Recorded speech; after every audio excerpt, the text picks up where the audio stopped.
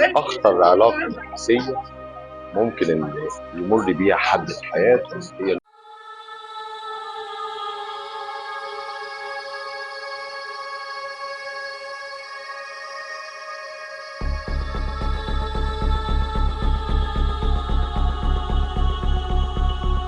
ركزوا معايا شوية. أخطر علاقة نفسية ممكن إن يمر بيها حد في حياته هي الأم النرجسية. الأم النرجسية هي الجحيم ذاته.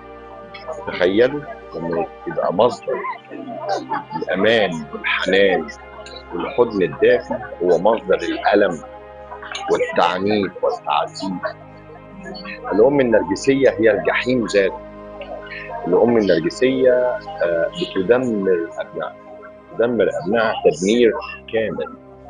بتخلي الأبناء يعني، وهي أكتر حد المفروض إن هو يبقى مصدر حنان وأمان، بتخليهم خلاص ما عندهمش ثقة في أي حد، ما عندهمش ثقة يعني في أقرب الناس ليهم، لأن الأم هي مصدر الحنان والأمان. فتخيل المصدر ده يبقى مصدر الألم، مصدر التعنيف، مصدر الانتقاد، مصدر كل حاجة فيها إيذاء.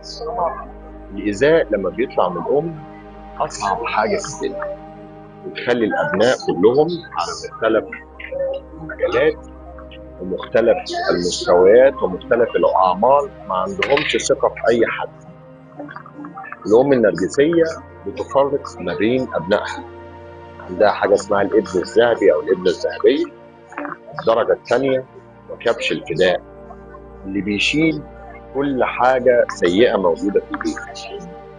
الأم النرجسية بتحاول التقليل من أبنائها، بتحاول إن هم دايما مخليهم في حالة حركة.